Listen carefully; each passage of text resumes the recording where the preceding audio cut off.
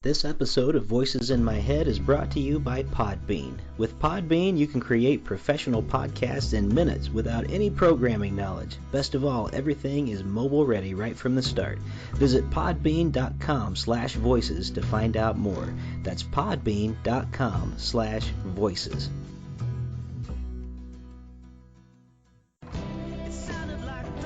This is Rick Lee James, and the music you are hearing is from my new album, Thunder. The title track, Thunder, is a never-before-released song by the late Rich Mullins. There are also 12 other tracks made up of original music, hymns, and readings to guide the listener on a journey. You can buy Thunder today on clear vinyl and CD, or stream it on Spotify, Apple Music, and almost every other music streaming service. Thunder, hear it today at rickleejames.com.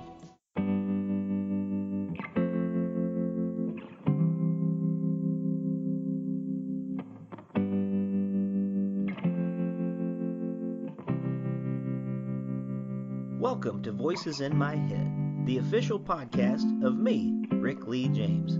I'm a recording artist, a singer, a songwriter, an author, a worship leader, and an ordained minister in the Church of the Nazarene.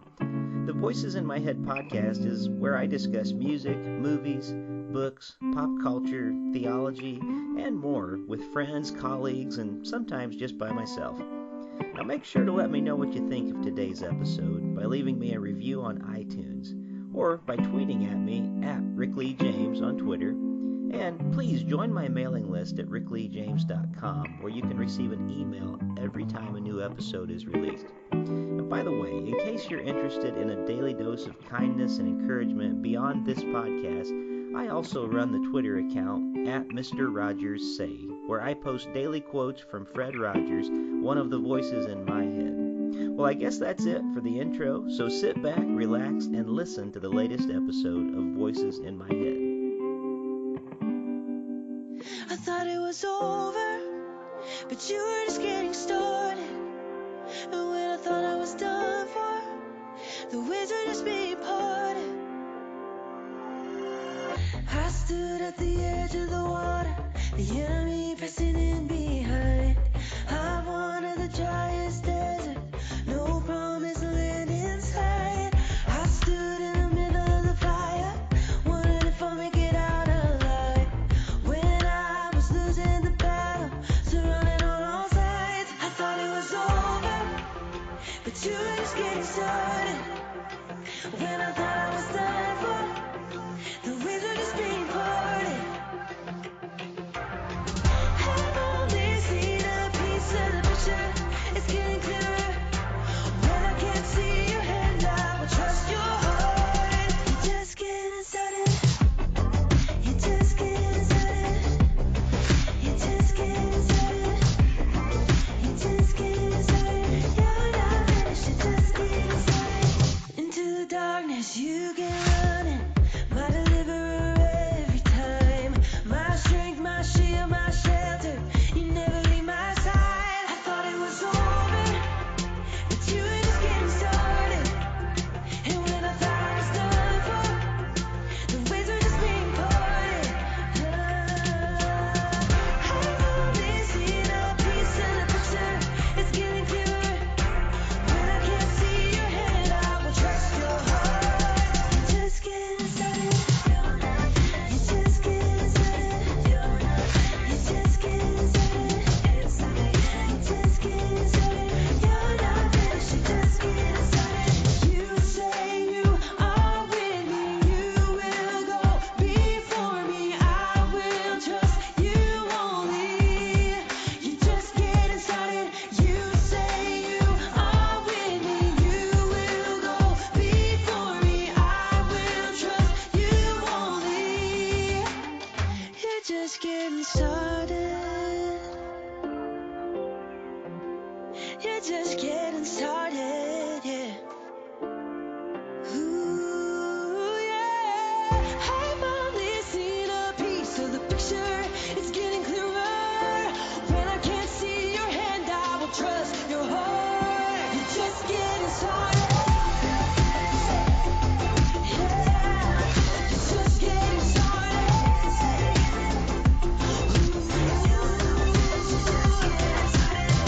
Ooh.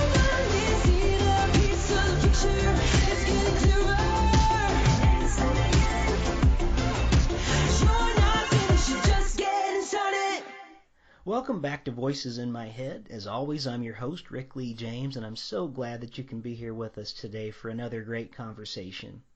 North Point Worship's first recording, No One Higher, released in 2012 and hit the top 20 on Billboard's Christian Albums chart.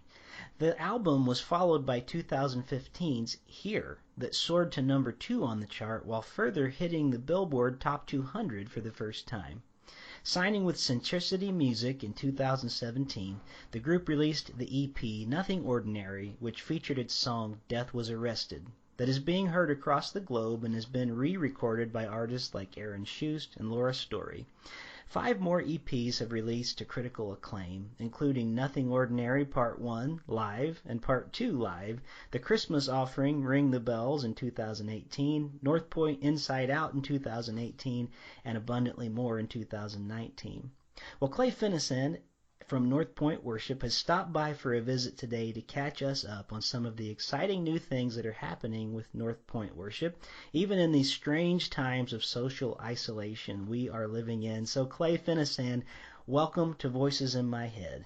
Oh, thanks for having me. I'm really glad to be here today. Well, I'm glad to have a chance to be able to have a visit with you and that we had this opportunity today. And I want to start out by just telling you how much I really appreciate your song, Wide Open, the message that no height and no depth can ever separate us from the love of God.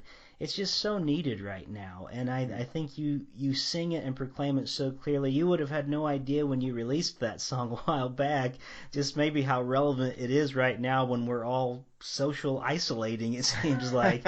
Right. But just the fact that we are so separated from each other in many ways, it's so important to be reminded of that we are not separated from God's love. So thank you for that song. Very good.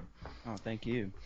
Well, Clay, a lot of our listeners are going to be familiar with the music and the ministry of North Point Worship, but as we begin today, I'd love for you to just tell us a bit about yourself and the role that you play with North Point Worship.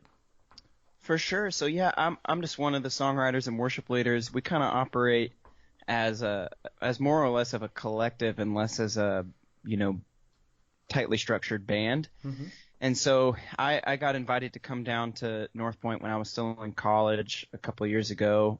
In 2016, came down and I met everybody. And it was one of those things where we immediately hit it off and felt like we had known each other for a really long time.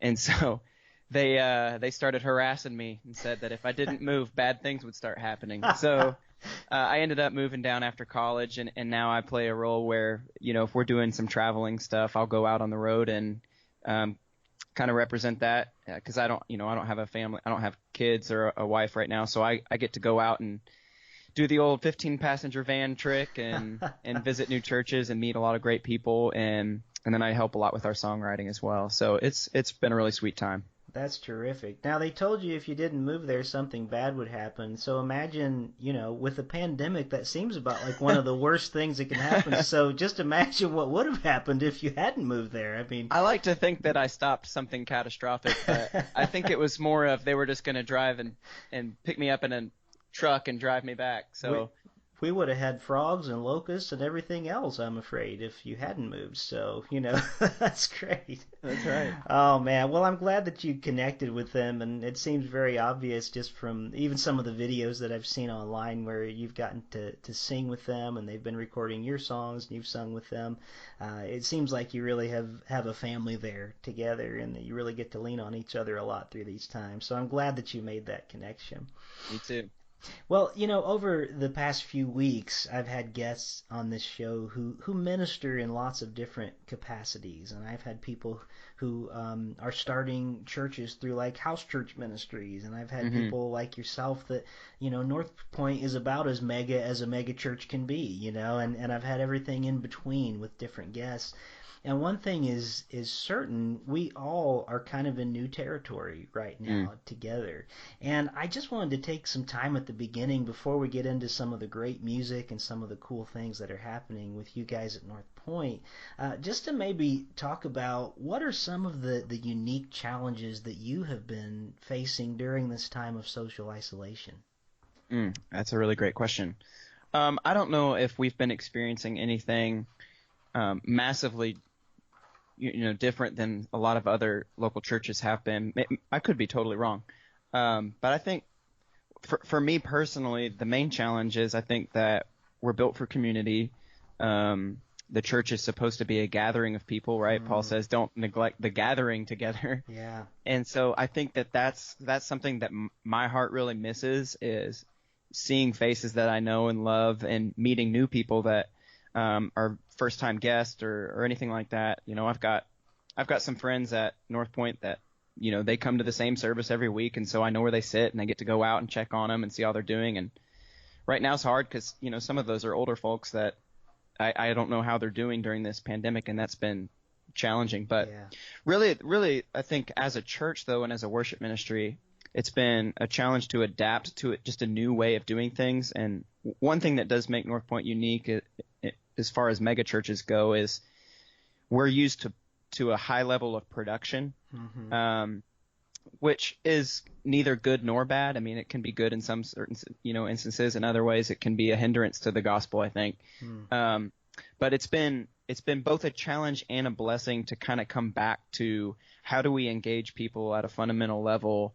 And I think for us, it's kind of landed on what Paul talks about in 1 Corinthians when he's like, hey, when I came to you with the gospel, there wasn't anything fancy about it, so that the cross of Christ, the message of Christ, wouldn't lose its power and its impact. So we've just been finding ways to simplify what we do, and we're not hiding behind, lights or fancy moving cameras now. It's just we're doing a lot of live stuff from our homes. I'll go live on Facebook or Instagram for one of our church campuses at least 2 times a week, 3 times a week. And it's been fun because then people are commenting, and I'm getting to engage with people that I otherwise probably wouldn't get to on a regular weekend. So that's been an interesting thing. I wonder, how – not to ask, not to hijack the interview here, but – No, it's your interview, so you go What ahead. What have you found with some other worship leaders or church leaders, how they've been adapting? Has there been a common theme, or has there been kind of one – there kind of has been a common theme in that everybody's trying to figure out how to best communicate together and not leave people out during this time.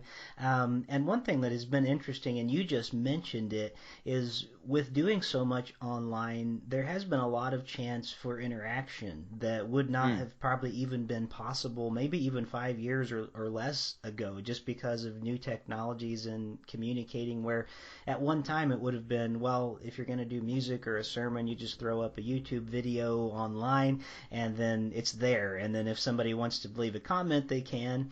But I think we're experiencing a little bit now, just due to different things like maybe Facebook Live or Zoom or different things that different ministries are using, people are kind of able to respond back in real time, while it's happening. Or one person that we had online, they said it's been kind of neat for them to do something new with, like, they call it Coffee with the Pastor on Fridays, and they kind of call in together all into one place. And I don't know if it was Zoom or some other software they were using, but they had some real, like, interaction time. So the pastor would bring sort of a lesson and then open it up to questions and answers. And it's not just been a matter of people kind of typing in comments, it's that people have really had a chance to kind of interact and respond. So in certain ways, I think there's been a kind of a freshness in this time of some new ways to reach out that we hadn't been doing before. My personal church here in Springfield, Ohio, where I live, we started doing not only online services in new ways, but we've been doing like parking lot services as well. So we have an AM broadcast transmitter. And so we just we tell everybody, come as you are, but stay in your car, type thing. And it was kind of neat this year on Palm Sunday. We couldn't wave palm branches, but people started honking their horns, like while we were singing Hosanna and stuff. So, so it's been interesting. Yeah. Come as you are, but stay in your car. That's right. Awesome. Yeah. I'm stealing it. All right. You should. Feel free. I'm sure we stole it from somebody along the way too, but it has been a learning time, and I wonder, for you, has there been anything that you personally have kind of been learning during this time that you found to be valuable? Well, I definitely, I guess there's 2 parts to this answer, I think. I might bail on the other one halfway through this, but okay. I think one way I definitely underestimated the value of social media as a pastoral tool. Yeah. Mostly because I think social media in church already has kind of a neutral to negative, like connotation with it. There's Sure. not often are you finding a pastor saying, "Thank God for social media, it's amazing," because it's so easy to misuse and to abuse. And so, Yeah. but during this quarantine time, it's become really evident to me that there are a lot of ways to use social media in a very pastoral way. Sure. That can be really helpful. So that's one thing I've definitely taken to heart is being engaging with people. A lot of times on our North Point worship page, we'll post a prompt basically saying, "Hey, just to let you guys know, today we're going to be praying for you, so drop a prayer request in the comments." And I've always been really surprised by how many people are willing to be really vulnerable and put their prayer requests in these comments. And we love to go back and reply to them, let them know that they're seen, and let them know that there's a real person on the other end of their screen that's taking their prayer request and running with it and Sure. bringing it to God. So that's been crazy for me. I decided I'm going to bail on the second part of that question, but but yeah, that's to me something that I've been really impressed with, and it's been a good way to shrink it down. It's not so much that we're just leading worship or speaking to people through a screen, but there is a lot of mutual engagement, and then it ends up really being a blessing to me on the other side of it too. Yeah, it has been interesting because it does feel like this whole time has been an opportunity for us to listen to God almost just speaking to the whole world at this moment. Be still, you Yep. know, and it's really a unique time in that if we allow ourselves to really do that and really avail ourselves to each other in whatever ways we can. You're right, social media can be a wonderful tool, or it can be a great curse, and I think we've found that it's been a wonderful tool, especially during this time. So that's terrific. Well, you know what? We could talk about pandemic stuff all day and the different challenges that we have, but there are some exciting things that are happening with North Point Worship, and so I want to get into some of that and allow you to tell us some of those great things. So maybe just talk to us about some of the new music that has been releasing over the past few months, and it's my understanding that North Point is planning to release this year a dozen new singles. Yeah, we are on a whole journey right now with this. We've been having meetings as a band, or at least we were before quarantine kind of hit, where we're in a season, I think, as a band and as a collective and really as a church of trying to figure out moving forward what is going to be our core message, our core identity. What are we trying to do? I mean, it's almost like our midlife crisis as a band. You sent out, you said a second ago, a couple of the highlights, and there were things that I kind of had forgotten about, like with the Here record and some of the original live stuff that we were doing. And I think at the beginning, it had a really pure start, and it became, over time, how do we get songs to punch through the noise? And I think right now it's coming back to, how do we have a pure heart about this? How do we write songs that are coming from a genuine place of worship as individuals and as a team? And think it's difficult with the music industry because you want songs to break through and to go further, but it's difficult when motives get mixed in there. It's hard to make sense of, what am I writing this song for? Is it for radio, or is it for people to be deeply impacted by it? Is it, you know what I'm saying? So Yes. it can be a little bit of a challenge, and I think right now we're in that midlife crisis of, no, we need to get back to the heart of it. And that's what's going to motivate us moving forward. So we just started writing songs again from a really, I think, vulnerable place as individuals. And so, yeah, we've got some new music coming out. I'm actually just went to our Spotify here just to check on what's actually out so I don't spoil too much stuff. Sure.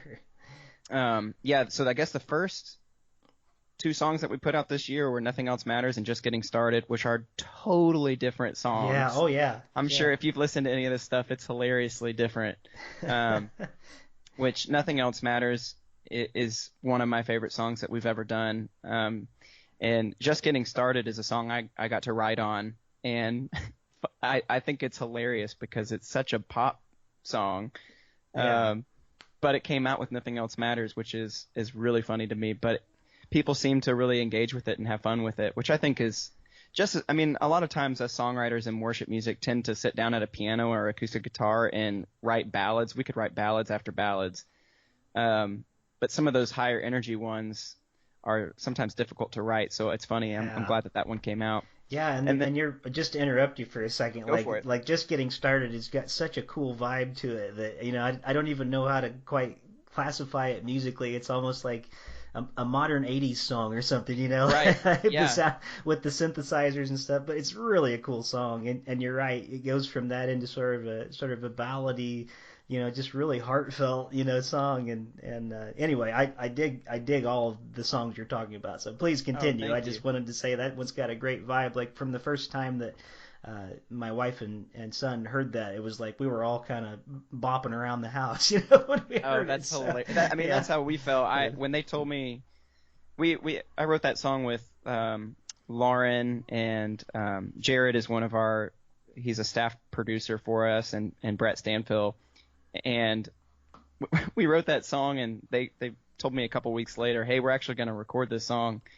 And I didn't know what to make of it, because I didn't know how it was going to – because I'm sure you're familiar. We just changed our name not too long ago. It used to be North Point InsideOut. Sure. And then we changed it to North Point Worship to kind of reflect, like I was talking about it a minute ago, that change of perspective and going back to the heart of things. And so then I thought it was hilarious that one of our first songs was going to be a pop song, but it's such a great message, and I love what it says, and I love that it's connecting with people. But we just had 2 more songs come out: Light Breaking Through, Sons and Daughters. Sons and Daughters is actually a pretty old song that we just revamped and brought back. And coming up here in a couple of weeks, we have 2 new ones coming out. So yeah, we're putting out 2 new songs it feels like every other month or so. Which is going to end up being 12 or more songs this year, which is really exciting. But this next batch of songs, I'm probably the most excited about, these next 2 that are coming out. Well, that's great. Well, that'll be May 29th, I think. Oh, great. So coming up real quick. Yeah. So, well, you know, it's kind of an interesting time in a lot of different ways, not just for like worship music for the church, but also, and you spoke about radio already, and then just trying to figure out how to even release music these days. And the pandemic adds an extra layer of challenge of knowing what to do, because we're at a point where artists can't get out and tour.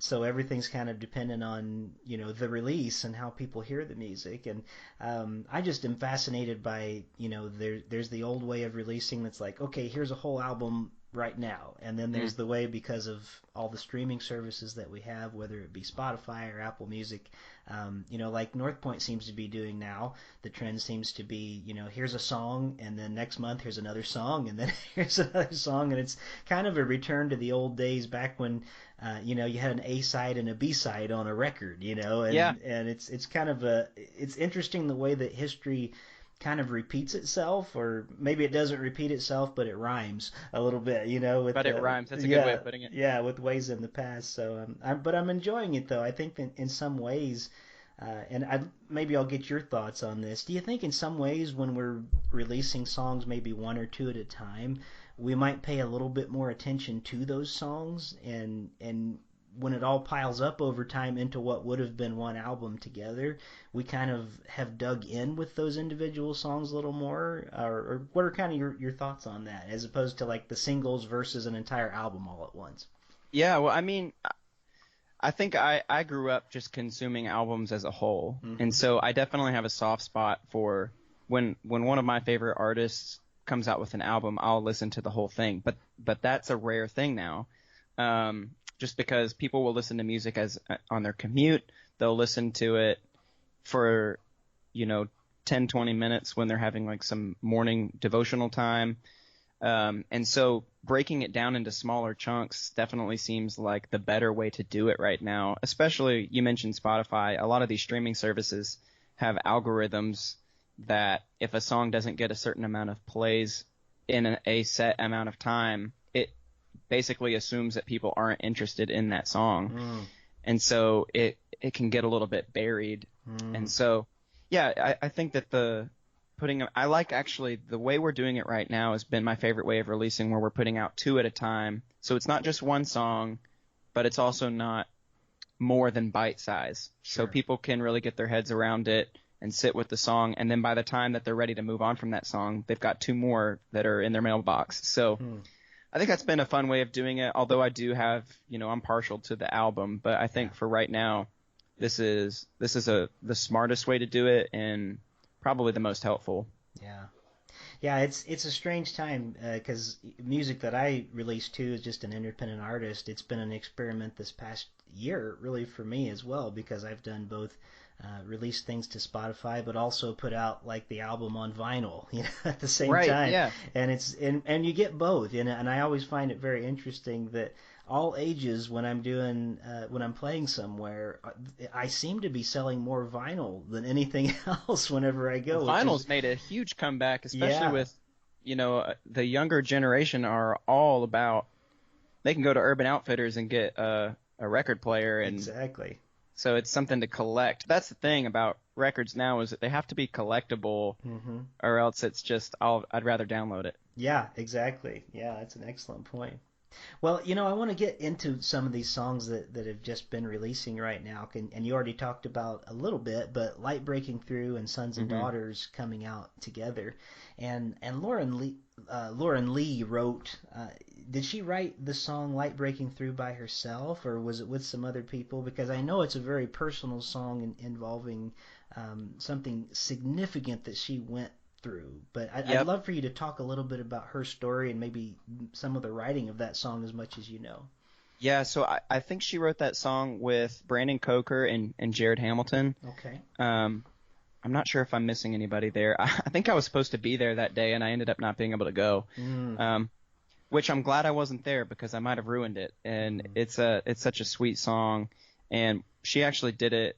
It was our multi-campus Easter opener, the song that we played just to start the service for Easter.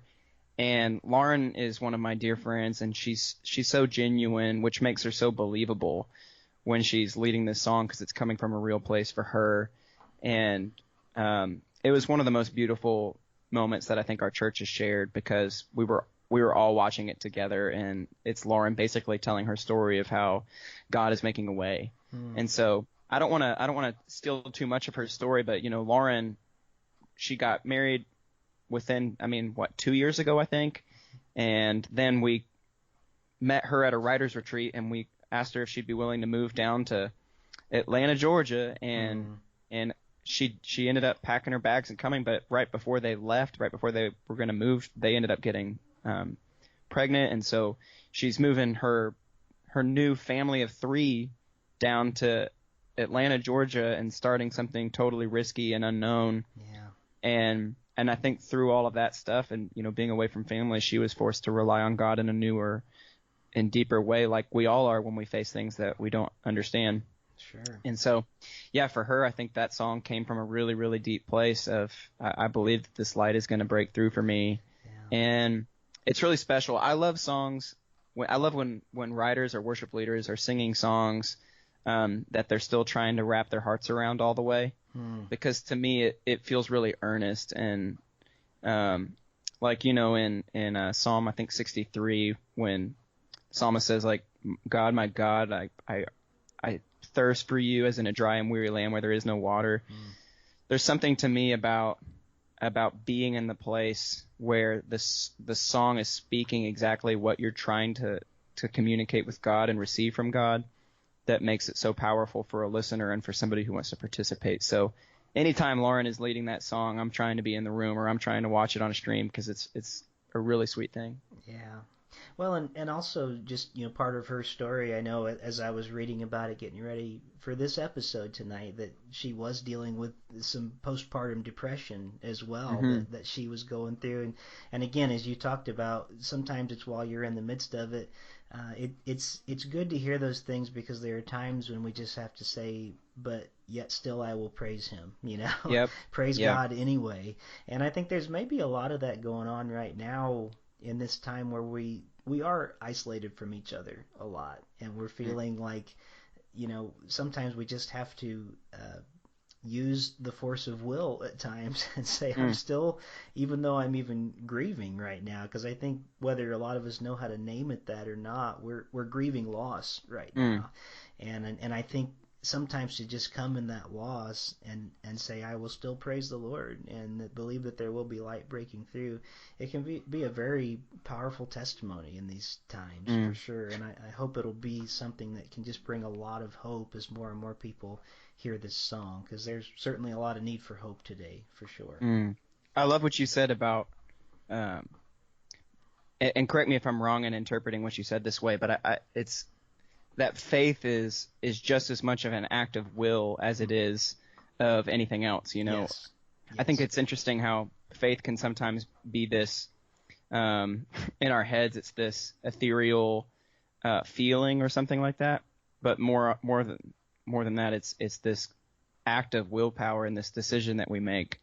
And I think you really nailed it when you said that about, especially when we're singing, when it comes to worshiping and choosing to place our trust in God when we don't have a clue what's going on. Yeah, no, I think that's pretty close to what I was saying for sure, and I think we're recapturing some ways that, you know, the Psalms have so much room for lament in them, and we've, I think, neglected that in a lot of the ways over the years, because it feels almost weird at times to have like a lament song in the middle of a worship set, but when we get to times like right now, we understand why. Like the book of Psalms is so essential, and why those songs that, you know, were sung at one point by the entire congregation when Israel would gather together.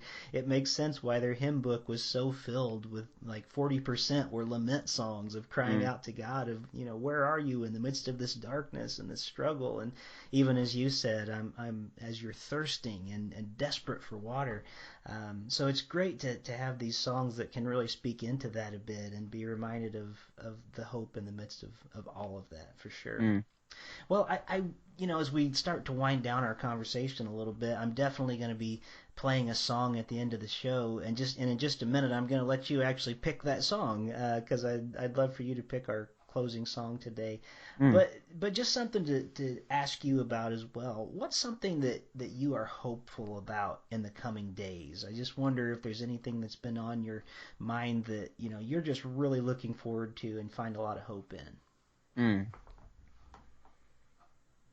That's a really great question, and I don't want to launch prematurely into an answer. I do think that one thing I'm hopeful about is I think people are getting a renewed sense of the value of personal relationships with others.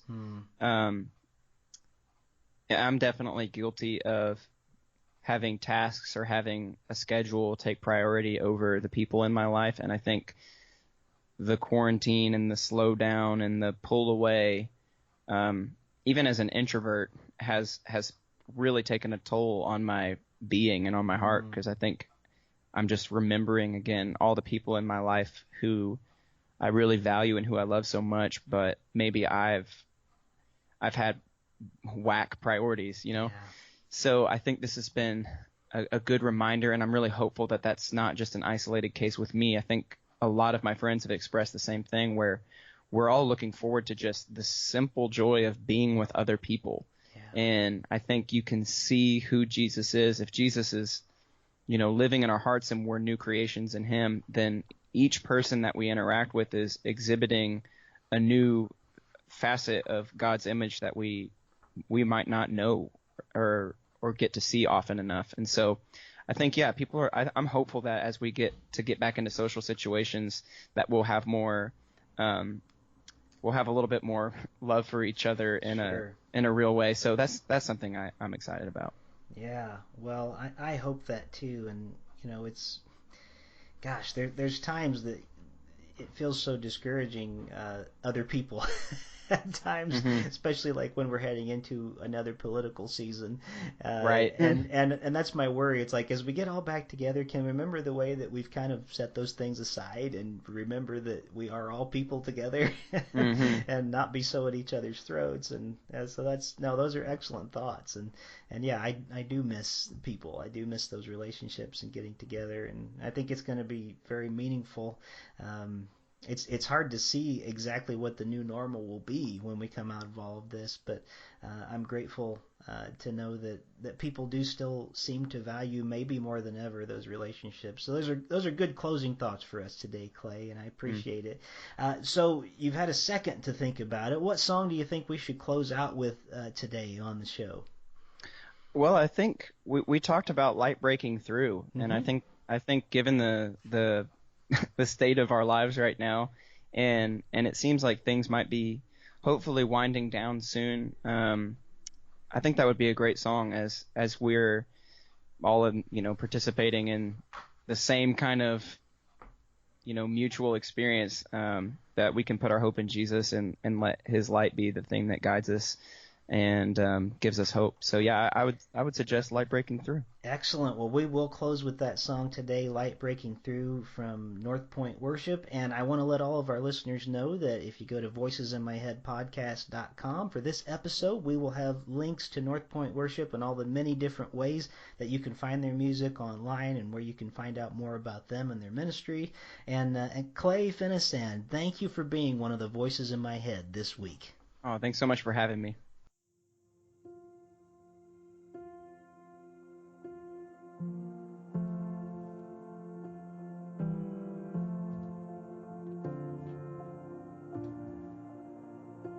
You do what only you can do.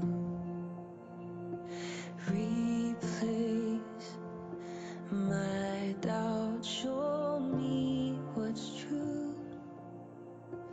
Come do what only you can do. Erase my shame and make me new, more like you. Even on the coldest night, there is still a warmth inside. I can see the light breaking through. I can see the light breaking through. Even in the shadow times, you don't ever run and hide. I can see the light breaking through. I can feel the light breaking through.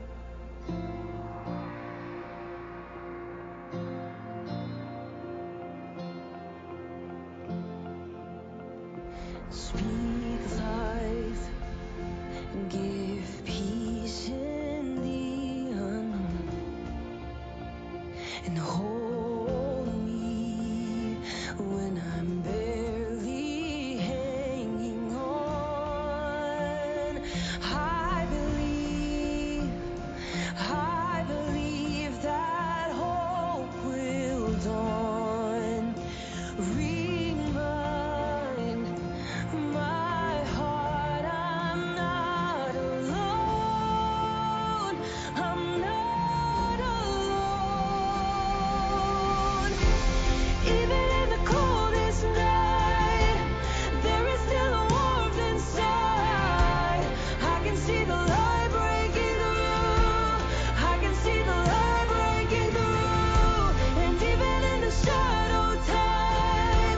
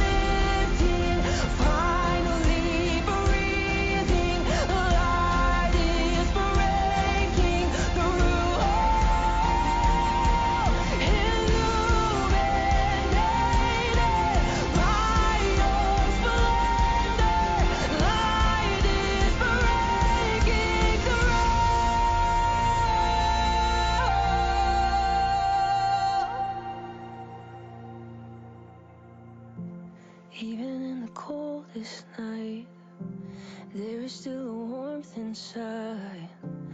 I can see the light breaking through. I can see the light breaking through. Even in the shadow times, you don't ever run and hide. I can see the light breaking through. I can feel the light breaking through. Thank you for joining me here this week on Voices in My Head. I hope you'll visit me on my website at rickleejames.com, where you can find out more about me, get my music on vinyl and CD, follow my blog, and even schedule me for a concert or a speaking engagement. Better yet, even a book signing in your neighborhood. You can find all that and more at rickleejames.com. Also, it would mean a great deal to me if you could write a review of this podcast on iTunes. The more positive reviews that we receive, the more visible this podcast will be online. And now for the benediction. May the God of hope fill you with all joy and peace in believing, so that by the power of the Holy Spirit you may abound in hope. God bless you, and thank you for listening to Voices in My Head.